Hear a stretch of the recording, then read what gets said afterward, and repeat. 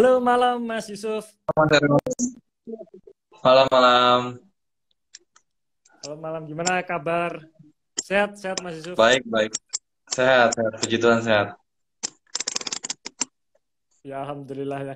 Jadi memang kebetulan gini teman-teman sekalian ya.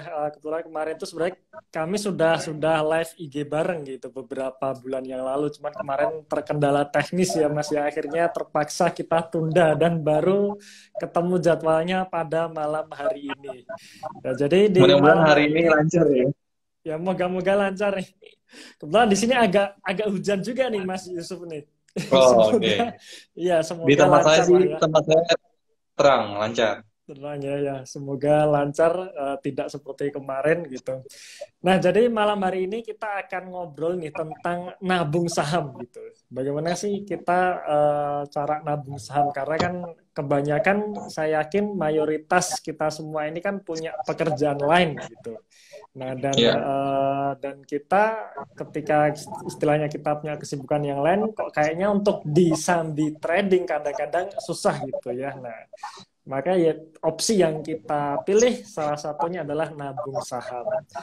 Nah, di sini kebetulan saya perkenalkan dulu kalau Mas Yusuf Arifin Yosep ini beliau adalah founder dari Cius Saham ya di Instagram iya. beliau Cius Saham. Kemudian kalau di YouTube beliau juga punya channel YouTube namanya Yusuf Bicara Investasi. Jadi teman-teman silahkan follow Instagram beliau dan juga subscribe juga channelnya Mas Yusuf ini supaya kita tahu nih kira-kira Thank you, untuk thank you. nabung atau bicara tentang investasi itu bagusnya seperti apa. Nah, nanti kita belajar bareng dengan Mas Yusuf ini. Nah, sebenarnya selain investor saham nih, saya juga kenal ya sama Mas Yusuf sudah beberapa bulan lalu sempat ngobrol juga. Nah, ternyata Mas Yusuf ini juga punya bisnis konvensional gitu ya, yang Betul, betul. dikelola sendiri gitu. Nah, mungkin bisa ceritakan sedikit nih Mas Yusuf nih, kira-kira backgroundnya atau kesibukan sekarang ini apa aja gitu, selain investasi di saham gitu ya. Oke. Jadi nama saya Yusuf. Jadi saya sekarang sebagai direktur utama di sebuah perusahaan keluarga namanya Capital Bakery and Cake, sebuah toko roti dan cake shop ya. Kita jual cake ulang tahun, bolu, roti sehari-hari lah, kurang lebih seperti itu. Kita sekarang udah punya 13 outlet.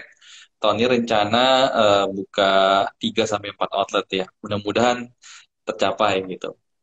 Amin amin. Di Jakarta semua Mas atau di Ada di luar Jakarta, daerah Tangerang, juga? Bekasi. Jakarta, Tangerang, Bekasi ya, berarti Iya, Jabodetabek ya, betul. Jakarta sekitarnya ya. Iya, Saya tunggu buka di betul. Jogja nih Mas, pengen ngerasain juga nih cake-nya Mas Amin, Yusuf amin, ini. amin. Doain. Memang kita Amin ada amin. rencana ke Jawa Tengah, Jawa Timur. Kita ada rencana ke sana juga. Wah mantap mantap. Rencana di franchise-kan juga nggak ini Mas? Memang ada satu yang kita franchise-kan, cuman so far sih masih pingin jalan sendiri dulu. Ada satu yang franchise, Hmm. cuman kedepannya mungkin beberapa tahun ke depan mungkin masih sendiri dulu. Wah siap siap. Wah mantap nih ya.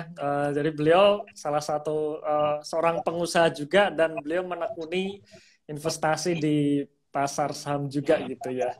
Nah ini Iya. menarik sekali nih. Jadi kita bisa bisa belajar banyak dari beliau nih.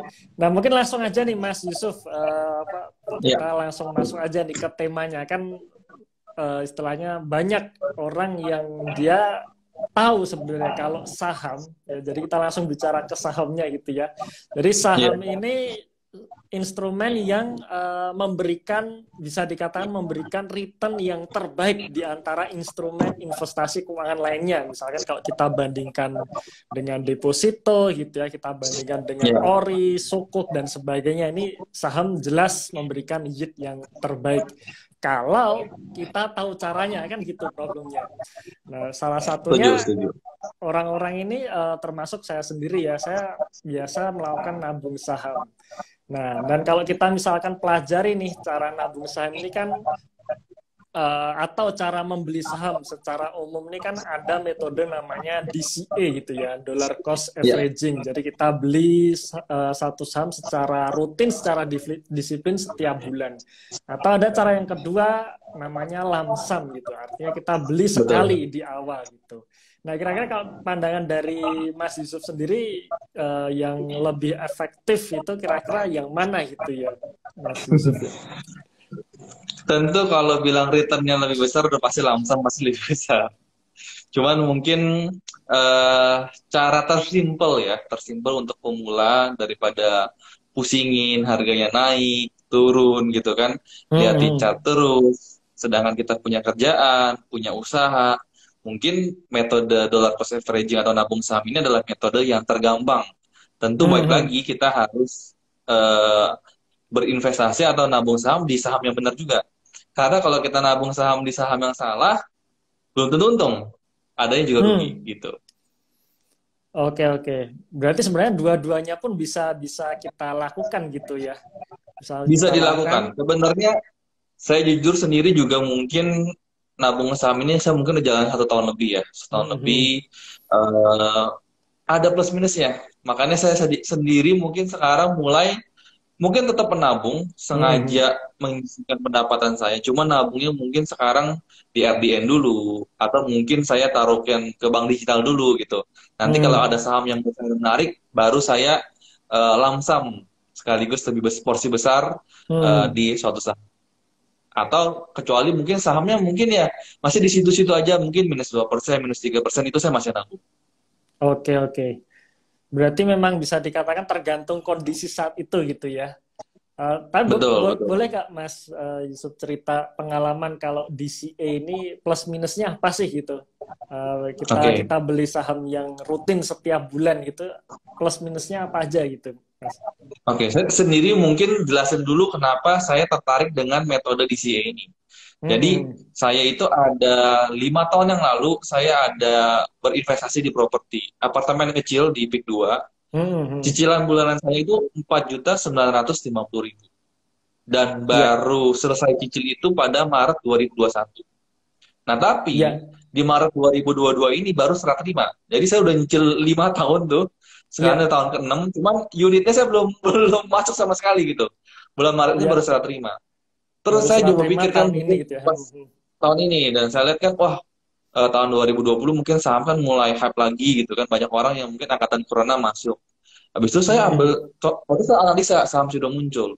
Saya ambil contoh deh hmm, misalkan saya setiap bulan beli saham sudah muncul dengan uang yang sama nominal yang sama 4.950.000 saya lakukan selama 5 tahun. Hasilnya hmm, gimana dengan apartemen Pik 2 saya? Dan hmm, ternyata saya lakukan survei sendiri juga. Ternyata kalau 4.950.000 dikali 60 kali, itu mungkin harganya sekitar 300 jutaan. hmm, hmm, Ya. hmm, Tapi harga apartemen saya sekarang udah turun. Mungkin harga sekitar 240 jutaan. Ini belum saya terima, harga udah turun dulu nih. hmm, Jadi yang hmm. bilang properti naik itu belum tentu. Ya, properti ini saya udah 5 tahun, belum saya terima unit, tapi harganya malah turun. Jadi saya bandingkan dengan harga Sido muncul di tahun 2021, wah itu Hmm, ternyata kalau saya jual, itu saya masih bisa beli unit pick 2 saya dengan cash, hmm, ditambah hmm, saya masih dapat dividen selama 5 tahun dari Sido muncul, dan hmm, saya juga masih punya uang cash lebih, sekitar 200 hmm, jutaan. hmm, Jadi value-nya itu berbeda banget daripada saya taruh di apartemen pick 2 dibandingkan saya dengan melakukan metode nabung saham di saham sudah muncul waktu itu saya ambil contohnya karena saya analisa wah sudah muncul nih menarik ya kan. hmm, Kita sebagai sama mau pebisnis kalau kita analisa pendapatan naik terus, hmm, HPP bukan ikut naik tapi secara persentase ikut turun. Wah ini kan hmm. berarti manajemen hebat banget gitu ya, HPP bisa turun gitu. Iya, Kalau kita misalkan HPP ya rata-rata lah bisa saya di F&B sekitar 40%, 45%. Dia malah pelan-pelan bisa makin lama HPP-nya makin kecil. Otomatis laba bersihnya makin besar. Wah, ini perusahaannya memang hebat sekali gitu. Maka saya bilang hmm, perusahaan yang kita investasikan ini juga butuh punya kredibilitas yang tertentu. Nggak bisa yang sembarangan. hmm, hmm. Tapi Wah, itulah dimulai dimulai saya gimana mulai nabung saham gara-gara itu sebenarnya. iya, iya. Berarti memang ini ya, ternyata kalau misalkan kita bisa bisa pilih perusahaan yang tepat, kita nabung setiap bulan, ternyata returnnya lebih tinggi dibandingkan kita apa namanya membeli properti secara dicicil itu tadi ya, yang seperti Mas Yusuf Betul. ceritakan tadi ya. Toh sebenarnya kalau kita beli properti kan kita dipaksa menyicil setiap bulan juga, benar nggak? Betul, betul, betul. Dan ternyata yang disampaikan Mas Yusuf tadi saya juga baru ngerti nih, yang namanya properti nggak selamanya naik terus ternyata ya, tetap akan ada fase-fase di mana harga harga rumah itu turun juga gitu. Kemudian karena pandemi Betul. kemarin kali ya, karena pandemi Betul, betul, apa betul. namanya, banyak orang butuh duit, banyak orang ngejual, jadi supply-nya besar, demand-nya kecil membuat harganya jatuh. Jadi ternyata teman-teman sekalian di sini kita ambil pelajaran, salah satu pelajaran bagus nih. Harga properti tidak selalu naik setiap hari Senin gitu ya, Mas Yusuf ya. Biasanya kan Betul. hari Senin harga mulai naik gitu. Ternyata Ada terbantahkan iklannya juga gitu ya, nih dicoret langsung naik jadi pengalaman. berapa juta per meter. Betul, betul. Pengalaman sendiri oleh Mas Yusuf nih. Menarik, menarik. Itu mengenai DCA ya. Berarti kalau lamsam sendiri tadi dikatakan Mas Yusuf tadi sebenarnya return yang paling besar justru di lamsam ya. Jadi lamsam ini kita beli sekali di awal gitu ya. Nah, mungkin Betul. bisa bisa dijelaskan gitu Mas Yusuf. Eh, Kenapa kok bisa lamsam ini bisa bisa returnnya lebih gede dibandingkan DCA gitu? Padahal seperti Mas Yusuf tadi Saya ambil, katakan, beli DCA pun secara dicicil di Samsido, returnnya ternyata besar juga gitu ya. Nah, apalagi kalau ya, lamsam gitu, berarti harusnya makin gede gitu. ya. Saya ambil contoh misalkan saya lakukan rutin nabung saham di Bank BRI. Mungkin Bank Hmm, BRI, BCA, menurut saya adalah salah satu kriteria yang mungkin sahamnya kita bisa hold forever, hold ya, selamanya. ya. Jadi ya saya mau contoh, saya pingin coba bener nggak sih kalau kita nabung saham Bank BRI itu bisa menghasilkan return yang bagus. Nah Hmm, tentu tahun lalu sempat tertisu di harga 3.400 ya, ya. Saya pun juga ikut ikut ya, ikut red ya. issue juga, ikut beli Hmm, juga.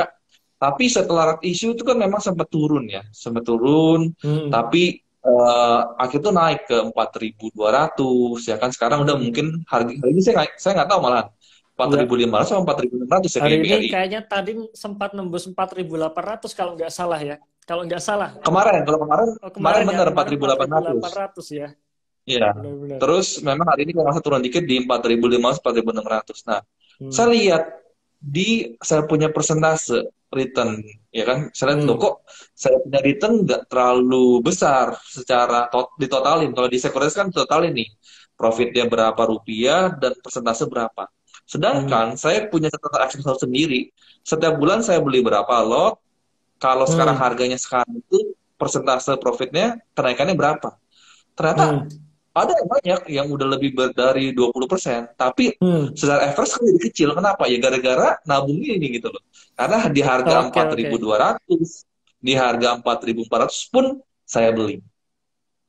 Oke, oke. Jadi sebenarnya kelemahan ya, kelemahan dari DCA sendiri adalah ketika kita nabung, tapi pas harganya tinggi gitu ya. Ternyata itu juga bisa Betul, bisa apa namanya, membuat yield kita nggak terlalu bagus gitu ya ketika betul sekali. di masa depan, kecuali kalau pas kita belinya pas turun gitu ya, kemarin right issue sampai turun 3.400.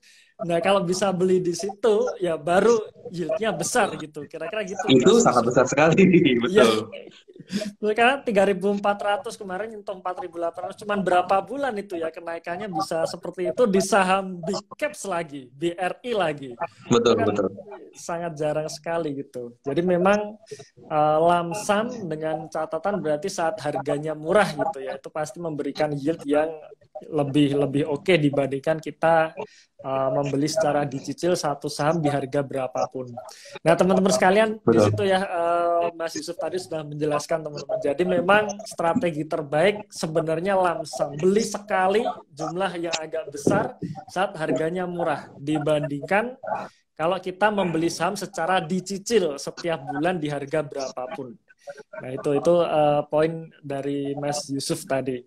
Nah, cuman sekali lagi mungkin kita disclaimer dulu Mas Yusuf ya. Jadi kita sharing pengalaman saja ya. Jadi Betul, kalau mau betul, betul. diikuti atau tidak tetap tanggung jawab menjadi tanggung jawab masing-masing. Oke Mas. Mungkin Nah, mungkin saya mau tambahin sedikit ya. ya. Karena mungkin setiap orang berinvestasi punya tujuannya sendiri. Mungkin Hmm. kalau orang yang mungkin uangnya sudah banyak, ya kan, dia tujuan Hmm. investasi cuman mungkin ya, yang penting return saya lebih tinggi dari inflasi sudah cukup. Saya nggak butuh return yang Hmm. tinggi-tinggi, ya kan? Iya, Yang iya. penting lebih tinggi dari inflasi, lebih tinggi dari deposito saya udah lebih dari cukup. Tapi mungkin Hmm. kalau di saya, mungkin goal saya ini sekarang lebih pingin membesarkan portfolio saya. Nah, di mana Hmm. dengan metode DCA ini mungkin return yang saya dapatkan mungkin tidak semaksimal dengan saya menggunakan metode lamsam.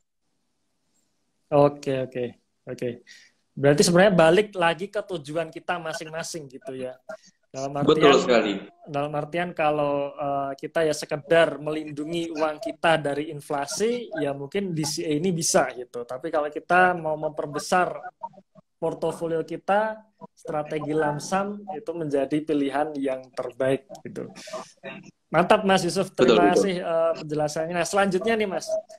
Nah, kira-kira kan tadi Mas Yusuf tadi sempat cerita kalau misalkan metode DCA maupun lamsam, asal sahamnya tepat, itu hasilnya bisa maksimal gitu ya. Nah, kira-kira nih Betul. kriteria saham yang tepat ini kira-kira seperti apa ini Mas Mas Yusuf? Nah, ini menurut saya belajar banyak sama Mas Eros. Ya kan saya kebetulan banyak nonton videonya Mas Eros, join di grup komunitasnya Mas Eros juga, ya kan. Dari beberapa pertanyaan Hmm. teman-teman yang ditanyakan, saya belajar banyak juga. Nah, Dan terima kasih saya Mas. juga lihat, Hmm. Mas Eros kan pernah mengalami beberapa kali multi-bagger. Saham-saham kriteria seperti apa sih yang bisa multi-bagger? Kenapa saham yang saya punya nggak multi-bagger gitu kan? Pertanyaan kan berarti kan dibalik lagi, kenapa saya punya nggak multi-bagger? Oh, ternyata setelah diambil garis besarnya ternyata memang kriteria yang punya multi-bagger itu ada punya kriteria sendiri. Tidak Hmm. sembarangan perusahaan yang mungkin bisa multi-bagger. Ya, contoh Hmm. misalkan eh, menurut saya kriteria salah satunya adalah perusahaan yang kinerjanya bagus. Nah, Hmm. tapi mungkin banyak orang yang mengartikan kinerja yang bagus ini mungkin kurang begitu tuntas kalau menurut saya. Di mana Hmm. mungkin orang ngeliat, oh mungkin PR-nya murah, Hmm. PBV-nya murah, sahamnya under value, atau Hmm. perusahaannya kita kenal, ya kan? Bahwa Hmm. produknya kita pakai, artinya perusahaannya bagus. Atau Hmm. jangan-jangan tidak ada hutang, atau hutangnya kecil, DER-nya kecil, artinya perusahaannya bagus. Hmm. Sebenarnya belum tentu juga gitu kan. Nah, makanya Hmm. di sini itu 1 tahun terakhir saya belajar banyak sama teman-teman yang lain sama share juga. Wah, ternyata kriteria menurut saya kinerja bagus adalah perusahaannya berkembang. Kata-kata berkembang ini yang menurut saya penting gitu loh. Kadang-kadang orang tidak hanya bagus tapi berkembang. Nah, contohnya mungkin Hmm. Mas Eros juga sharing tentang saham Unilever. Saham Hmm. yang udah market cap-nya besar sekali, produk kita semua juga tahu. Cuman Hmm. kenapa harganya turun terus dan mungkin banyak banget yang nyangkut gitu kan. Dan Hmm. memang saham ini kurang cocok untuk kita nabung. Ya, kenapa? Karena ya mungkin kinerjanya tidak tidak berkembang gitu loh. Paling gampang berkembang dari 2000 saya ingat 2019 sampai 2020 ya. Pasti 2020 2021 udah menurun gitu kan. Dari Hmm. situ udah kelihatan itu tidak berkembang. Terus kenapa kita mau invest di perusahaan yang tidak berkembang, ya kan? Paling Hmm. gampang logikanya misalkan kita mau investasi, mau minjemin duit lah ke investasi teman kita, saudara kita. Ya. Kita pasti lihat teman kita seperti apa kriterianya, ya kan? Apakah orangnya bisa dipercaya, prospeknya Hmm. seperti, ya kan? Oh, Hmm. lokasi bukanya gimana? Pasti kita ngeliat prospek ke depannya. Kita berharap Hmm. ada perkembangan. Nah, tapi kalau kita udah lihat dari laporan keuangan ternyata perusahaannya tidak berkembang, ngapain kita habisin waktu untuk investasi di perusahaan tersebut gitu. Ini menurut saya mungkin yang saya juga pelajari dan saya berharap teman-teman juga bisa mengerti arti perusahaan yang bagus adalah perusahaan yang berkembang. Oke, oke. Eh, Perusahaan yang berkembang intinya seperti itu ya. Jadi kinerjanya naik, kemudian neracanya sehat dan sebagainya gitu. Wah, ini langsung langsung nyebut merek aja nih Mas Yusuf nih. Unilever itu ya. Dan menarik karena saya tadinya juga pengen nih nanya-nanya tentang Unilever karena Unilever ini kan sejak dulu ini kan ibaratnya kita kenal sebagai saham defensif gitu. Ya, dimana kalau Iya, kita istilahnya pengen paling tidak melindungi nilai uang kita dari inflasi, salah satunya kita bisa nabung di Unilever gitu. Dan ternyata betul. 2 tahun terakhir ini 2021 2022 ini justru harganya turun kenceng gitu ya, Betul, turun banget. betul. Kan kalau kemarin sempat dibahas Mas Yusuf juga di channel YouTube-nya, termasuk di channel saya juga, harga sekarang itu mirip seperti harga tahun 2012 lalu. Jadi bayangkan kalau kita misalkan nabung sejak tahun 2012 beli saham sebulan sekali gitu ya di Unilever. Memang sampai tahun 2018 naik, tapi ternyata sekarang ini turun gitu. Nah ini yang akhirnya banyak yang nyangkut di situ gitu ya, dan ternyata akhirnya persepsi bahwa Unilever ini sebagai saham defensif bisa melindungi kita dari inflasi, ternyata itu bisa dikatakan terbantahkan sekarang. Karena salah satunya gara-garanya kinerjanya yang turun tadi gitu. Nah, Ya, ini menarik. Berarti kan istilahnya kita juga nggak bisa tadi ya hanya milih saham yang sekedar kita tahu, kita ngerasa itu bagus, tapi kita tidak melihat lebih dalam, terutama memvaluasi bahwa harganya sekarang ini sebenarnya sudah mahal atau murah sih. Atau kalau misalkan kinerjanya turun, kenapa harus kita lanjutkan nabung misalkan, kira-kira gitu. Nah ini yang betul. pengen saya tanyakan juga nih ke Mas Yusuf nih. Nah kalau melihat Unilever sekarang ini itu kira-kira nih bagi yang ini kayaknya agak berat nih karena pertanyaannya juga banyak datang ke saya. Kira-kira harus diapain nih Mas Yusuf nih? Wah ini kan berat sekali. Kalau saya pribadi ya, Ya. saya tahun lalu cuman cut loss satu saham doang. Hmm. Nah, tapi yang sebenarnya balik lagi, yang penting tahu alasannya sih. Saya memang cut loss juga nggak terlalu besar, cuman ini ada saham rokok juga. Yang kebetulan menurut saya sebenarnya Ya. perusahaannya bagus, ya kan? Ya. Cuman gara-gara cukai rokok naik, sedangkan cukai ini masuk dalam HPP. Ya. Sedangkan HPP rokok itu sudah besar sekali. Kalau HPP-nya makin besar, net Hmm. profitnya makin kecil gitu. Betul, betul. Ya kan? Sedangkan kita ingin cari perusahaan yang net profitnya besar gitu kan. Nah, Ya. memang perusahaan yang investasi ini nggak ada hutang, cashnya juga banyak. Cuman net Hmm. profitnya kalau digencet lagi makin lama makin kecil. Jadi saya putuskan cut loss di tahun 2021. Jadi yang penting sih, dan puji Tuhan setelah saya ganti ya, mendapatkan opportunity yang lain ya. Nah, makanya kan ada sebuah cost ya kan. Costnya adalah Hmm. waktu. Kalau kita Hmm. masih jatuh cinta terus sama sama Unilever gitu kan, ya Hmm. kalau saya, kalau misalkan nggak mau cut loss ya nggak usah nambah dulu. Kalau saya sih pribadi ya. Selama Hmm. mungkin seperti yang Eros bilang, selama mungkin tahun 2022 kuartal pertama ternyata ada kenaikan kinerja ya kan, kelihatan dari laporan keuangan yang menurut saya mungkin boleh melanjutkan nabung. Kalau misalkan ada orang yang sayang ya kan, di Iya, kantor iya. sayang nanti mau naik gitu kan, ya udah, Iya, iya. paling enggak kita mau menambah porsi sampai mungkin ada perubahan kinerja. Kalau saya sih mungkin lebih lebih prefer ke sana ya. Ya, oke, oke. Saya juga setuju, Mas Yusuf ya. Eh, ketika misalkan kita sudah terlanjur nabung sejak lama, tapi harganya makin turun, terus apa yang kita lakukan? Kita cek lagi kinerjanya gitu. Nah, ternyata kalau kinerjanya memang sedang turun, sedang sedang jelek gitu, sedang dalam fase penurunan, seharusnya memang kita cut loss di awal. Karena saya sendiri saya juga sempat upload di YouTube di Investor nih ya. Awal tahun 2020 itu saya cerita di situ saya cut loss Unilever. Jadi saya beli tuh Unilever tahun 2018 sebelum stock split, harganya satu lotnya 40.000 ya. Jadi beli satu lot tuh 4 juta, lumayan juga waktu itu ya. Nah, Lumayan, 4, lumayan. 4 juta satu lot, beli 40.000. Nah, kenapa tahun 2018 waktu itu labanya naik?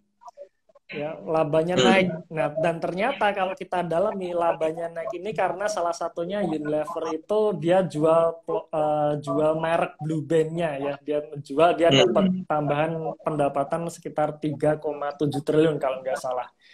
Nah, waktu itu harapan saya dengan adanya tambahan cash ini, dia bisa ekspansi lagi. Harapannya waktu itu saya Hmm. Iya, iya. mengharapkan dia mungkin bangun pabrik baru atau apa, atau ekspansi akuisisi perusahaan-perusahaan baru gitu. Harapannya seperti itu. Tapi ternyata sering berjalannya waktu tidak dilakukan. Justru semua penghasilan tadi, semua cash yang dia dapat tadi itu dibagi ke dividen semua di Bagian tahun dividen ya. 2019 ya. Nah, di situ saya akhirnya agak kaget juga, wah berarti tidak sesuai ekspektasi saya. Dan waktu itu sayangnya saya tidak mengikuti nih, kira-kira duit ini mau dipakai untuk apa, itu saya tidak mengikuti. Jadi saya saya kelewat di situ. Dan akhirnya ya sudah, sekitar awal tahun 2020 sebelum COVID itu saya cut loss. Jadi setelah stock split ya, jadi dari harga 40.000 menjadi 8.000 waktu itu, kemudian saya melakukan cut loss. Nah, cuman cut loss saya juga belum sedalam sekarang gitu. Jadi saya beli kisaran 40.000 itu setelah stock split sekitar 8.000 sekian gitu ya. Saya jualnya di level 7.000-an. 7.000-an. Belum sampai jatuh sedalam ini gitu. Iya. Padahal tadinya sempat cuan dulu 20% karena 40.000 sempat naik ke 50.000 waktu itu. Gitu. Tapi ternyata kinerjanya nggak sesuai ekspektasi, akhirnya saya lakukan cut loss. Jadi memang kalau saya sendiri, ketika kita memang nyimpan suatu saham atau mungkin kita nabung, tetap kita review gitu. Jadi tetap kita review laporan keuangannya, apakah di setiap kuartalan itu menunjukkan perbaikan atau paling tidak sesuai dengan ekspektasi kita atau tidak kan gitu. Kalau misalkan tidak sesuai dengan ekspektasi kita, ya sudah, satu-satunya cara ya di cut loss gitu. Nah, cuman sekarang problemnya ini orang-orang ini masih mempertahankan gitu. Ya dari dulu masih mempertahankan, akhirnya turun terus. Nah, bingungnya baru sekarang gitu kan. Ini, dan saya setuju dengan pendapatnya Mas Yusuf. Berarti kalau misalkan kita sayang cut loss maksudnya, sayang cut loss karena sudah terlanjur kita nabung, paling tidak berhenti dulu nabungnya gitu ya. Kita tunggu sampai ada perbaikan kinerja, baru kita lanjutkan. Itu juga salah satu opsi yang terbaik menurut saya. Kalau misalkan kita sayang, atau kalau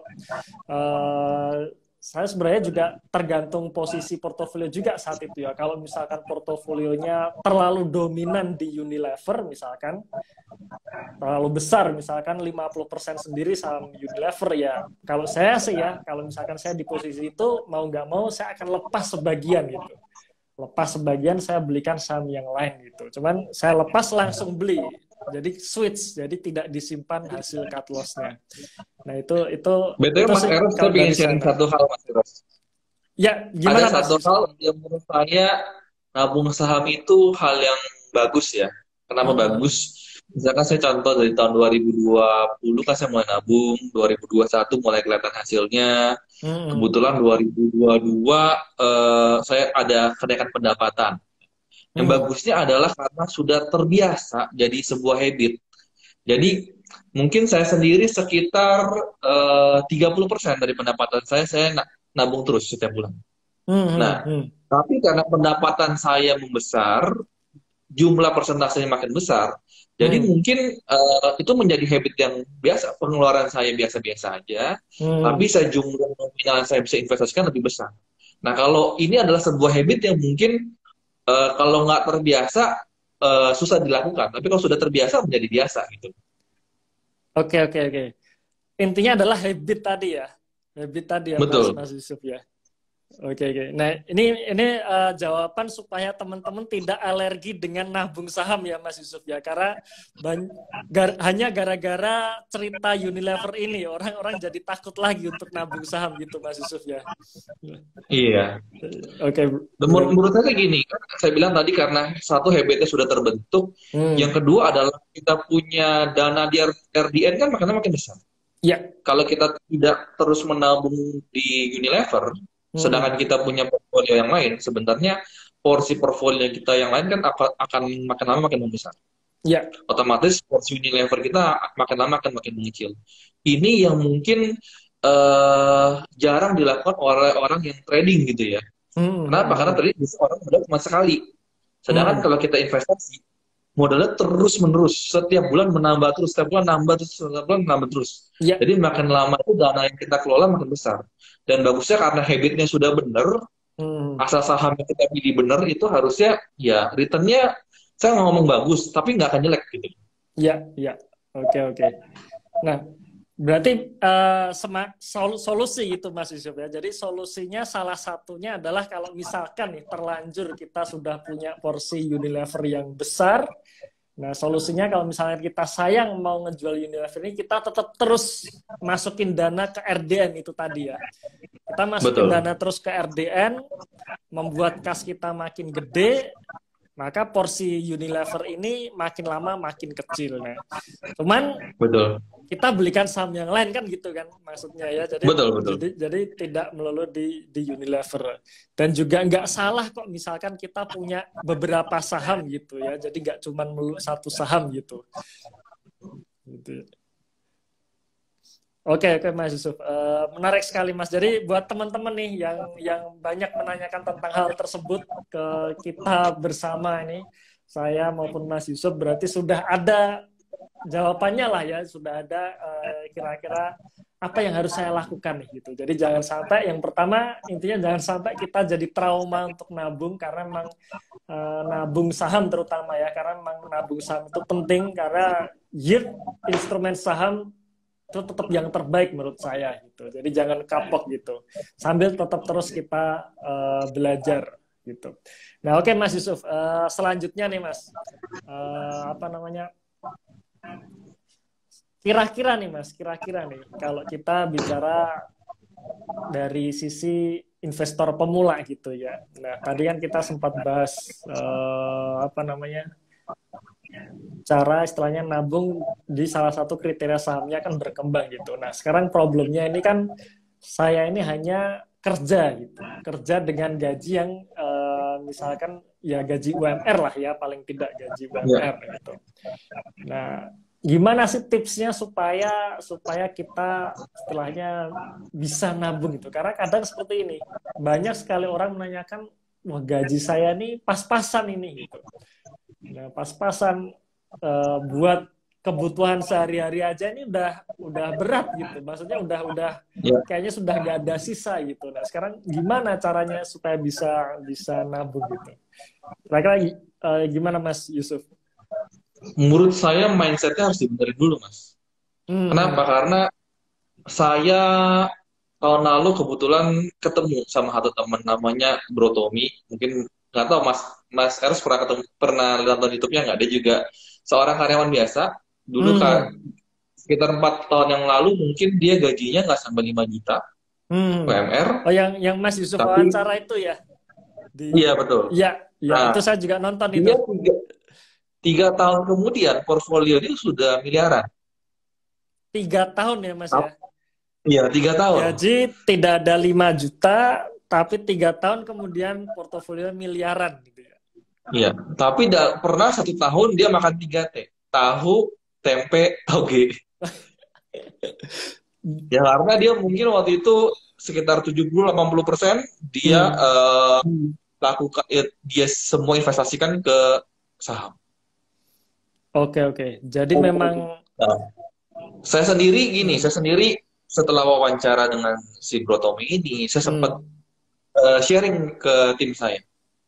Tim finance, ya kan, tim HRD dan lain-lain. Saya berharap tidak hanya saya yang mulai berinvestasi, tapi tim saya pun mulai berinvestasi. Tapi kenyataannya, Mas, saya udah mungkin ngomong 2 kali, 3 kali, saya sharing tentang ini itu, dan saya bilang ini, itu pun mereka masih nggak bergerak sama sekali. Cuma masuk keluar, masuk kiri keluar kanan. Masih mending kalau masuk, mungkin ini cuma nempel habis itu keluar lagi. Ya nggak pernah masuk sama sekali. Kenyataannya begitu, banyak orang yang udah dikasih tahu pun bodo amat, nggak peduli gitu loh. Karena mungkin ya padahal mungkin ya penghasilannya kan kita tahu ya, tim kita mungkin kerja berkecukupan, ya kan. Mungkin mereka berkelebihan, bener nggak? Otomatis kan harus investasi, harus belajar mulai manage money, ya kan? Karena mungkin kita nggak bisa membesarkan, kalau kita bekerja mungkin kita punya keterbatasan waktu gitu kan. Kita nggak bisa, kita punya pendapatan. Jadi cuma bisa 2 hal yang kita bisa lakukan. Satu adalah manage kita punya money, yang kedua adalah investasi, ya kan? Nah itu yang kita bisa kontrol.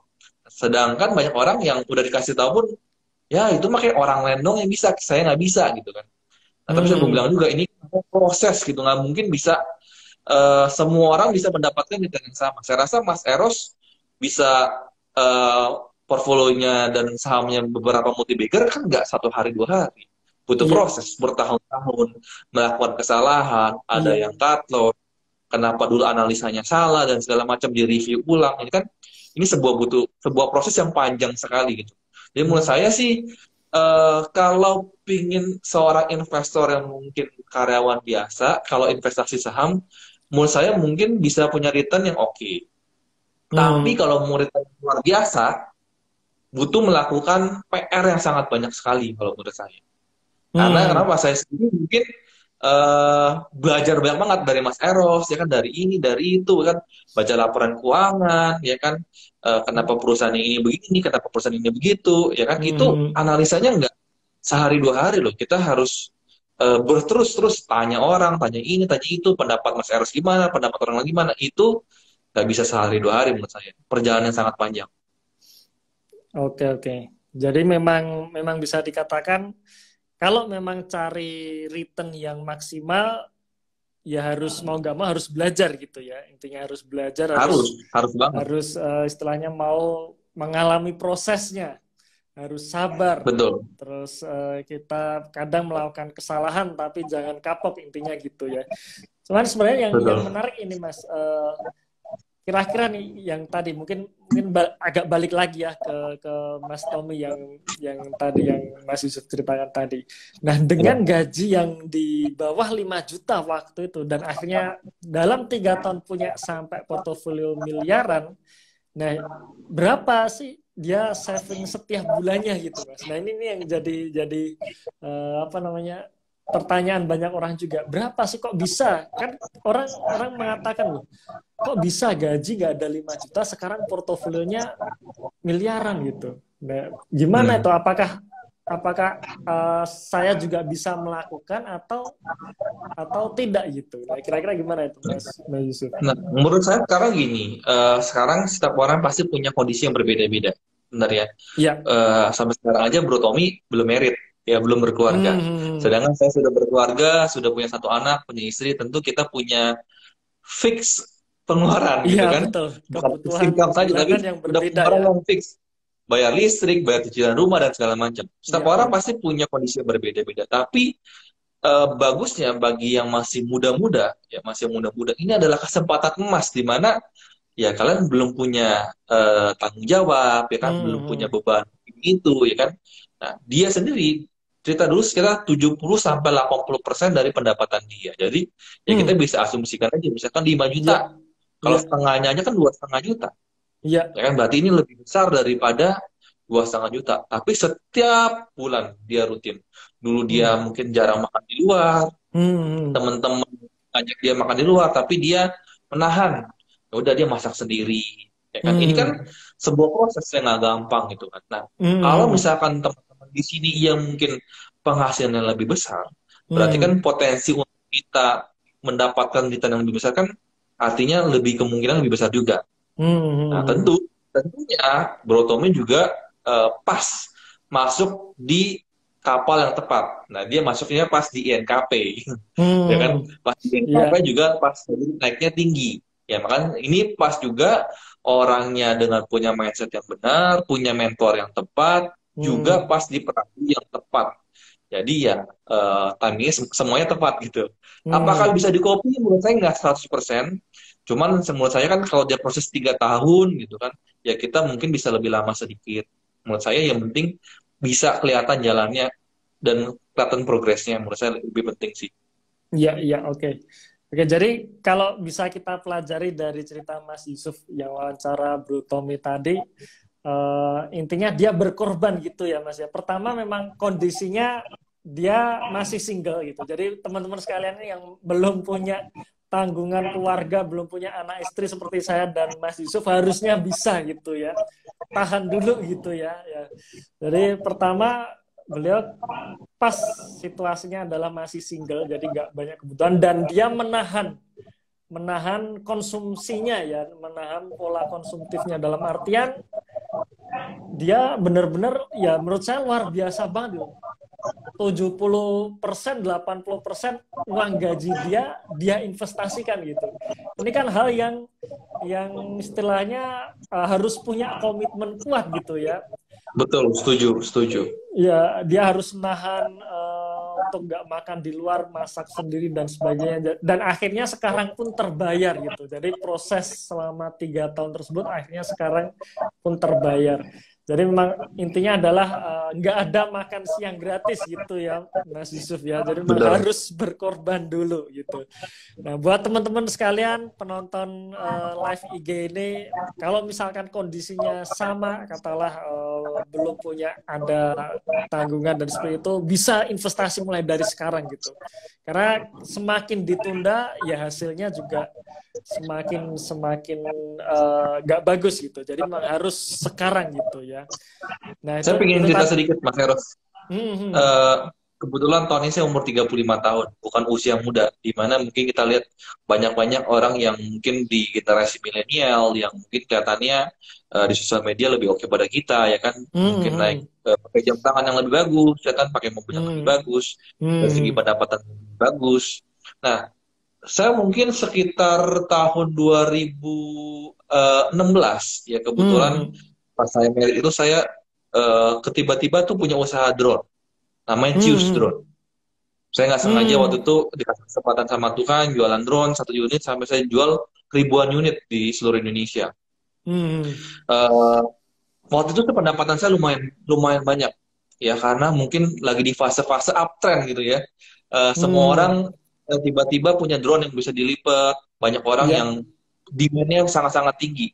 Saya berada di momentum yang sangat enak sekali. Cuman sayang sekali saya waktu itu tidak mengerti tentang manajemen. Jadi saya beli barang-barang yang mungkin saya tidak butuhkan. Saya tiap tahun ganti handphone. Saya punya habit yang kurang begitu bagus gitu. Dan mungkin saya baru sesal itu mungkin tahun 2020, di mana pas saat lagi pandemi, usaha drone saya tiba-tiba drop habis gitu kan, tapi tetap harus punya kewajiban untuk membayar gaji karyawan saya. Wah, saya baru ngerasa nyesel. Kok saya dulu nggak ngerti tentang manajemen, saya nggak ngerti tentang investasi gitu loh. Tapi menurut saya iya, lebih baik terlambat daripada tidak mulai sama sekali. Ya kan? Jadi mulai tahun 2020 ya kan, saya mulai berinvestasi, dan tahun 2021 saya mulai terbuka sama istri saya. Saya bilang sama istri saya, karena kita sudah berkeluarga kan harus terbuka satu dengan yang lainnya. Saya bilang kita mungkin beberapa Iya. tahun ini harus berhemat dulu. Bukan kita tidak mampu, saya juga nggak pingin ya nggak ada hiburan sama sekali, 365 hari harus di rumah, nggak boleh jalan-jalan. Tapi mungkin kita main kita lebih maksimal. Kapan waktunya jalan-jalan, kapan waktunya makan di rumah, waktunya makan di luar, kapan waktunya berinvestasi. Jadi saya sharing sama dia nih, kita mungkin uangnya kita lebih prioritaskan untuk berinvestasi dulu. Nanti mungkin ya saya berharap nggak sampai umur 40 tahun kita sudah bisa financial freedom, ya kan? Kita bisa menikmati hari tua kita. Jangan sampai ya saya udah telat 35, jangan sampai nanti saya umur 40 50 ya kan masih terus mencari uang dan menikmati dari passive income saya. Wah, mantap Mas Bro. Saya setuju juga nih. Jadi sebenarnya intinya adalah di lifestyle kita sebenarnya Mas Yusuf ya. Jadi Betul.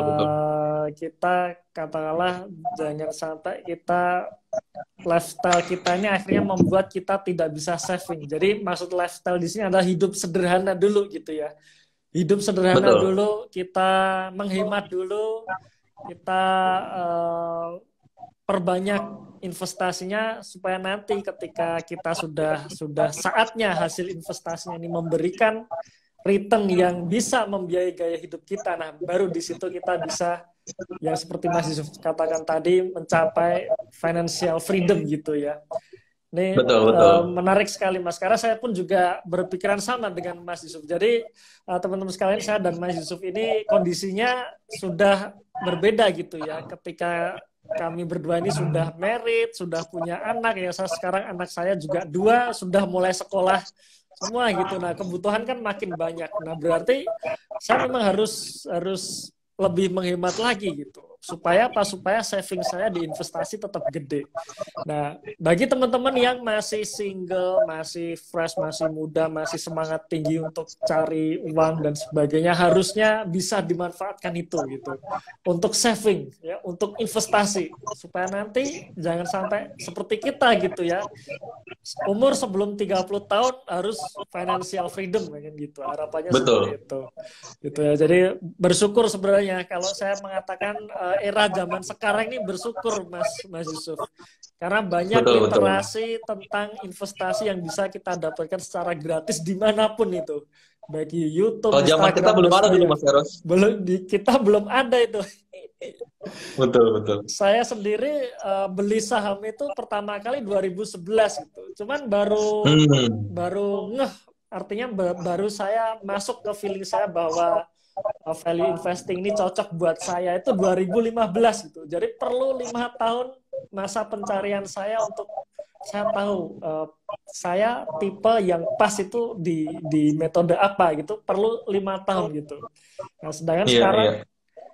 nah, kenapa perjalanan 5 tahun panjang gitu? Karena ya dulu nggak ada literasi yang gratis seperti sekarang gitu ya. Nah, sekarang semua sudah terbuka, semua sudah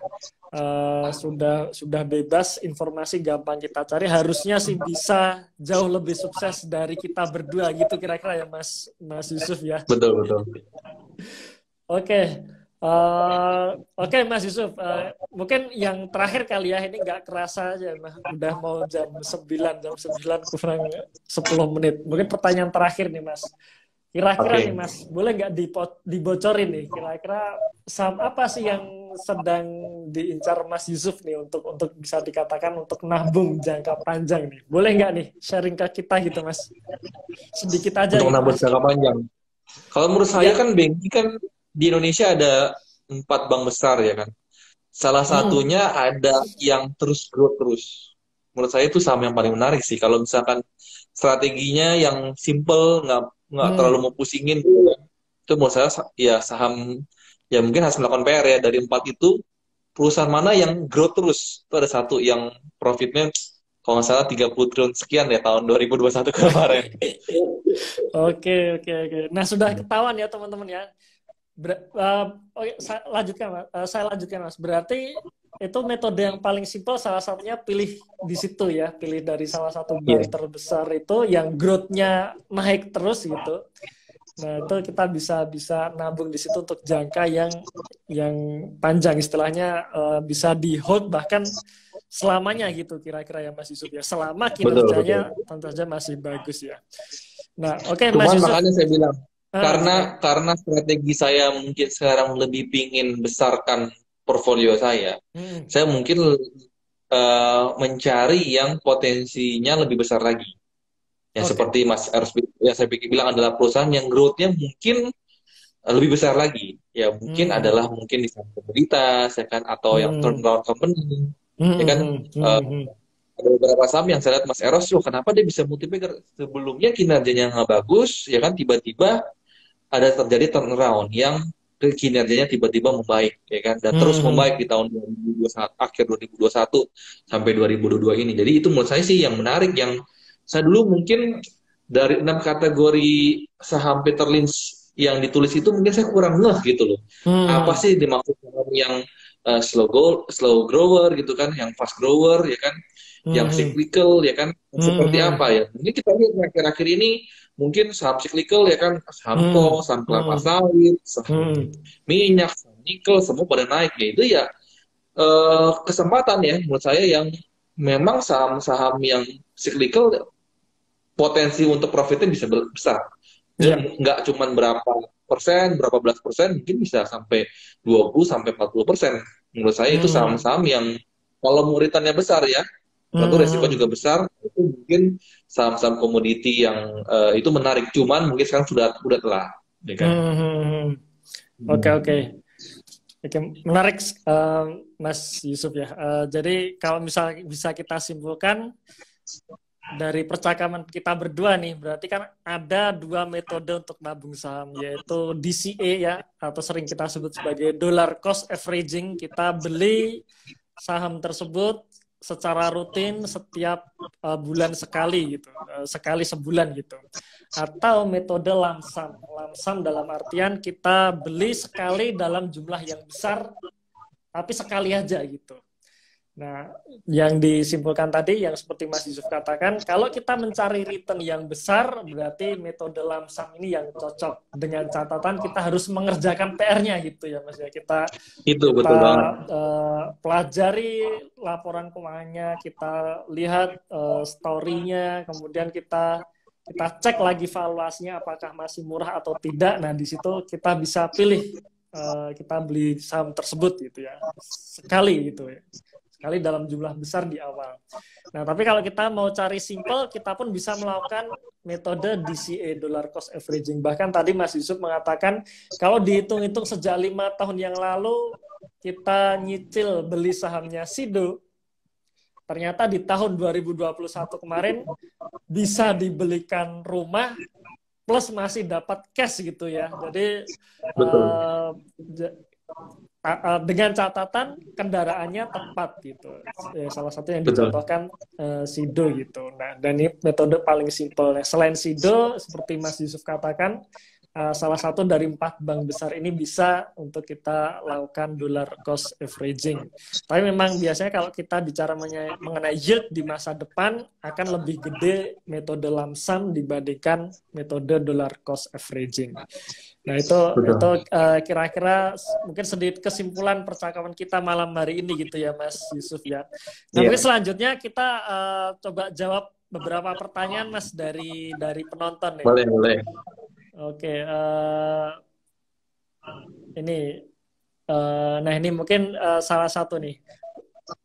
Gaji 5 juta gaji per bulan di saham, kemudian 3 tahun bisa miliaran gitu.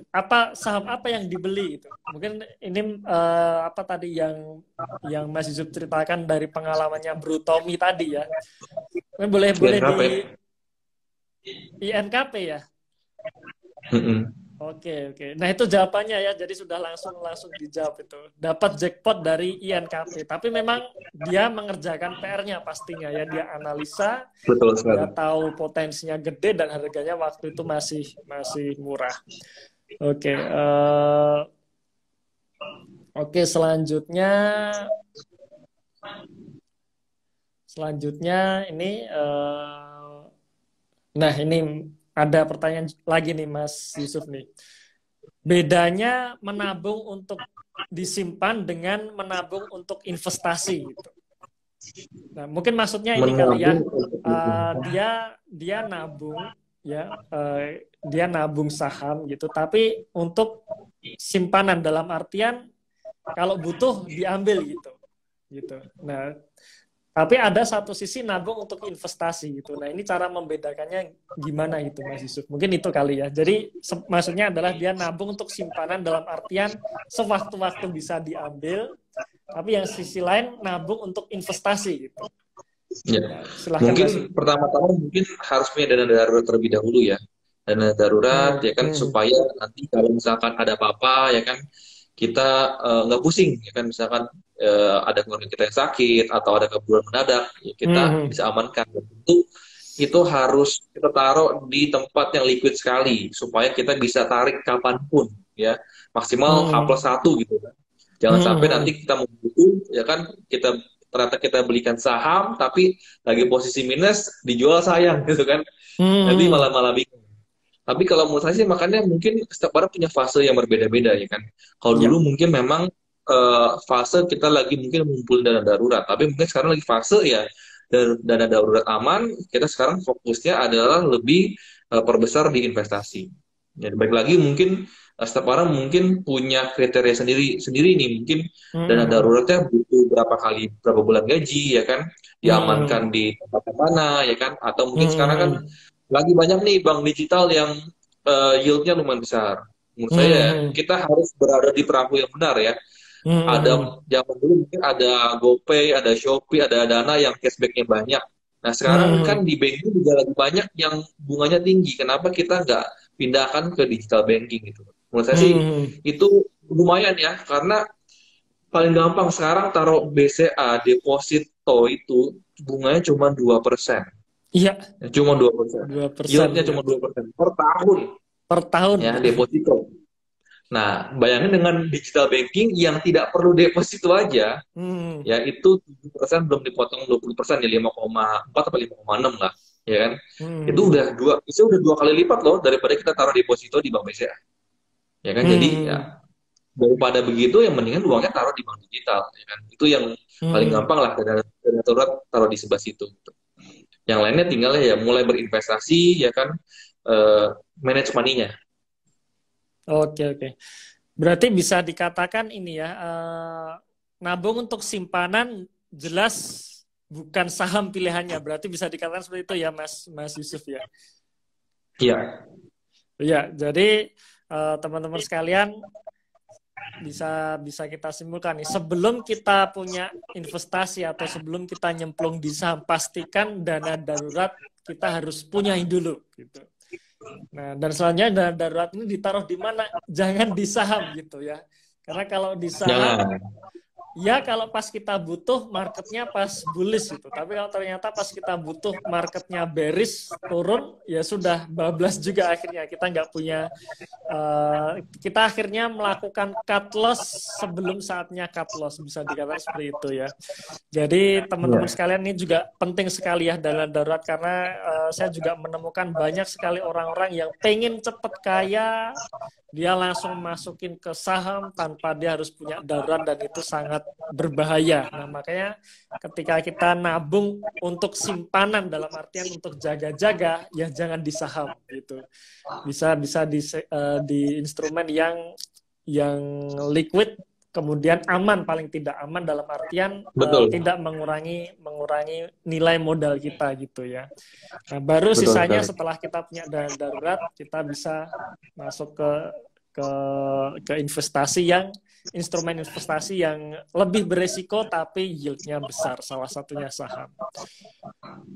Oke, Mas Yusuf, terima kasih Mas Yusuf atas waktunya. Ini obrolan yang sangat menarik nih. Jadi kita tadi bahas mengenai nabung saham, baik metodenya, kemudian kita juga bahas Unilevernya. Jadi teman-teman, pertanyaan teman-teman yang banyak ditanyakan nih, kira-kira mau diapain Unilever yang sudah terlanjur ditabung. Tadi sudah dapat jawabannya harusnya ya.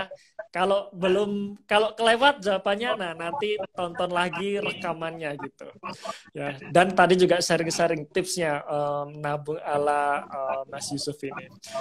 Oke, terima kasih atas waktunya dari teman-teman yang sudah menyaksikan live IG kami, dan juga terima kasih Mas Yusuf atas Sama-sama Mas waktunya Eros. untuk apa namanya, untuk join bersama kami, dan nanti harapannya ke depan kita bisa ngobrol lagi Mas Yusuf ya. Ya. Next time saya undang ya, sharing gimana nih cari saham multimaker nih. Kasih Siap, bocoran siap. 1-2 gitu. Siap, siap Mas Yusuf. Oke Mas, terima kasih. Terima Oke, kasih thank you teman-teman Mas. sekalian. Selamat malam. Kita ketemu lagi next time. Selamat malam, dadah.